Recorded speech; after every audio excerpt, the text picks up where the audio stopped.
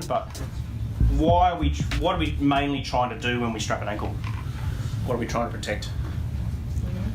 Ligaments? Yep. Which ligaments? ATFL? Yep.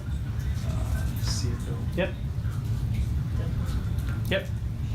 So effectively your lateral ligaments and your medial ligaments. Which ones are we going to mainly try and protect? The one where you roll out. Yep. So typically your lateral ligaments, because you generally get pointed down and in, and those ligaments either strain or tear. Yeah. So that's the sort of mechanism that goes like that. Which way are we going to try and protect it, and how are we going to stop that? Straighten the foot up? Yeah. Yep. So yeah, we want to bring it up and probably even slightly out. So we want to bring us into a 90-degree angle or plantar position of your ankle, maybe slightly everted, but we don't want to take them too much because that can then sometimes cause a little bit of extra pronation through the foot. So you've got to be careful of positions you put them into. If I really jam you up into there, you know, you might have some issues here getting soft tissues pinched. You might have a lot of issues here trying to stabilise, and so you've got to be careful. But technically, sort of, yeah, in a plantar grade position or 90-degree angle of your ankle is a good way to start. Have you got any allergies? So normally I won't use the under wrap. Sometimes for clients where I'm taping regularly, I might put a layer of under wrap, Hyperfix, Fixamol, whatever products you have got. Do you want to shuffle down so your ankle's off the end of the bed? Keep coming, keep coming, keep coming. Yep. And then just have to keep your foot up there for me. So you've really got to use your players or your clients to get the right position. So I might just put a little bit of Fixamol or Hyperfix under wrap at the top there as my anchor. Now, if you've got a good client, they'll keep their ankle up there. Footy players chat around, and then by the end of the taping, they've dropped their ankle down, and your taping won't be as effective. So tell them to keep their foot up. They've got one job, all right, to hold their foot up. And why are we doing that, Pro? To keep it at that plantar grade ankle. Yep. Ankle. And also those tibia tendons, those extensor tendons sort of stand out on the front there. Mm-hmm. And if you go sort of a piece of tape across the front of them, quite, you know, not with the tape cut there. Yeah, a lot of people get it, if they've again taped their ankles regularly, they might get a bit of a tape cut through that tendon. So I generally try and stay above that. You either stay above that, or sometimes I put a little thing there, just a bit of a protector. That's my sort of my limit of going too far down their foot. Now, why did I go at a slightly on an angle there with that anchor? Anyone know? Easier to get off. So try to follow the contour of the foot. So if I went right round, I would have probably creased his. See how there it's become a bit of a crease, and so I've just followed the contour of his lower calf and his Achilles just to go round, so it's not all nice and smooth. If I went straight round, it would have just creased, and it just doesn't look nice. All right, so I've just followed the contour of his leg. So stirrups. So if we're trying to protect the lateral side, how do we do a stirrup? Start from the inside out. Yep. So start on the inside, on the medial side. I tend to start a little bit behind the malleolus, behind the bone, and then lay that on, and then come up to the outside. So my pressure is then pulling up and lateral, again a little bit behind the malleolus. So when he goes to point and pull in, that should pull a little bit and provide that protection stability. Depending on the size of ankles, I'd probably do this 2 or 3 times. Most of my ankles I'll do 2. For a big ankle, I might do 3. So each time you sort of overlap it by a little bit, lay it on the skin. So 2 stirrups for him is probably enough. You might want to come a little bit more anterior to protect that joint, but that's already starting to limit him. Now, in a rehab setting, that might be enough just to start doing some ankle rehab.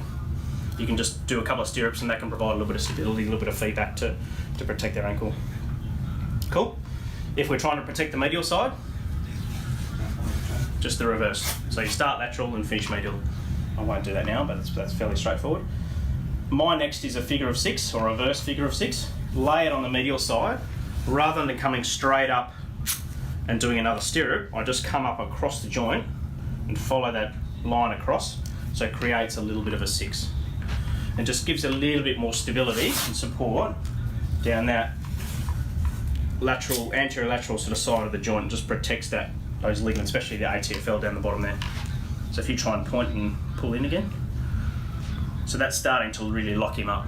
Okay, now that might be enough, and some players might say that's tight enough, and I might just lock that off. I generally throw in 2 little half heel locks just to really lock up the heel, because if you get in a game situation, that's probably going to loosen off over time to really lock up the heel. This is probably the trickier one. So I'll just show you roughly how to do it, and then use this as a little bit of a guide we can go back to doing. Do you do a heel lock or a half heel lock, Ferg? I do 2 halves. Yeah. So I do 2 halves as well, 1 half medial side, 1 half lateral side, Yes. to lock the calcaneus or the heel bone, just so it basically doesn't move. So I would do it with everyone. Yeah. Unless. Some guys don't like tape going across their Achilles because it feels like it cuts them off. But the way I do it is you go at a 45-degree angle, so it's not as if tape's just going straight across your Achilles and cutting it off, because that can be uncomfortable. The season I did at the Swans, they don't do any heel locks there. They've said it's not worth the risk of cuts on the Achilles. They need to improve their taping then, don't they? Well, that's, yeah. So that, yeah, they don't let any of their strappers do it. yeah, okay. So if we're starting on the lateral side, you basically lay it down and you go about 45 degrees across the Achilles. You come around the heel, and that's got to go. Then you've got a hold on your calcaneus or your heel bone. You give that a yank, and then you finish where you start, and that's how it looks. Have you got a pen there?